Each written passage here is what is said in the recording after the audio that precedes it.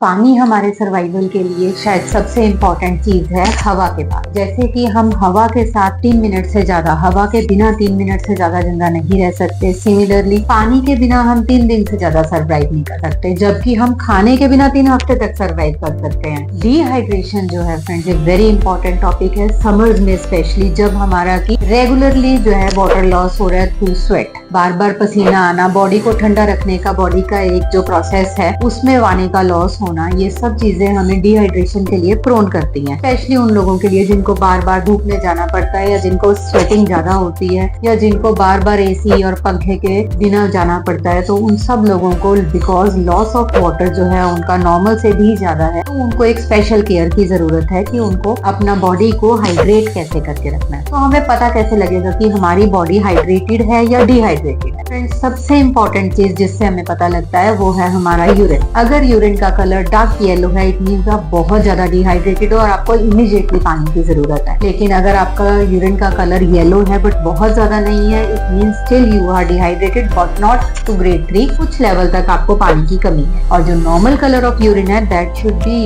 Light yellow, pale yellow, जिससे कि हमें पता लगता है कि हमारी बॉडी प्रॉपरली हाइड्रेटेड है। दूसरा है कि हमारा जो है स्किन जो है वो लूज होनी शुरू हो जाती है, फेस की स्किन, हाथों की स्किन, ये हमें पता लगता है कि अगर ऐसे करने से हमारी झुर्रियां पड़ रही हैं, ऐसे करने से झुर्रियां पड़ रही हैं, तो इट मींस हमारी जो बॉडी है वो लैक ऑफ वाटर में है, हमारी बॉडी डिहाइड्रेटेड है। उसके अलावा हमारा मुंह का सूखना और एक सीवियर कंडीशंस में फेंट हो जाना, हार्ट बीट का बढ़ जाना, वॉमिटिंग की सेंसेशन होना, ये सारी चीजें हमें बार बार इंडिकेट करेंगे कि हमारी बॉडी में कुछ दिक्कत है। तो हमें अपने समर्स में बॉडी को हाइड्रेट रखने के लिए क्या क्या करना चाहिए? सबसे जरूरी है वाटर इनटेक, लेकिन एक लेवल तक का वाटर इनटेक करने के बाद आपको पानी के साथ साथ इलेक्ट्रोलाइट इम्बैलेंस भी सफर करना पड़ता है जब आप डिहाइड्रेटेड हो। तो इसलिए आपको अपनी बॉडी में पानी के साथ साथ इलेक्ट्रोलाइट बैलेंस भी मेंटेन करना होता है, जिसे कि हम या तो ORS से मेंटेन कर सकते हैं, या हम लेमन वाटर डालेंगे तो उसमें नींबू भी आ गया, उसमें नमक भी आ गया, उसमें मीठा भी आ गया, तो वो भी काफी हद तक आपकी बॉडी का इलेक्ट्रोलाइट बैलेंस मेंटेन करेगा। उसके अलावा फ्रूट्स, कोकोनट वाटर, ये भी बॉडी को हाइड्रेट रखते हैं। इसके अलावा जब भी आप अपना बाहर निकल रहे हैं तो अपनी बॉडी पे कुछ ना कुछ इस तरह का लगा के निकले, या आपकी बॉडी पे कुछ ना कुछ कवर करके निकले, ताकि आपकी बॉडी का जो टेम्परेचर है आप मेंटेन कर सको, आपकी बॉडी को आप डिहाइड्रेट होने से बचा सको।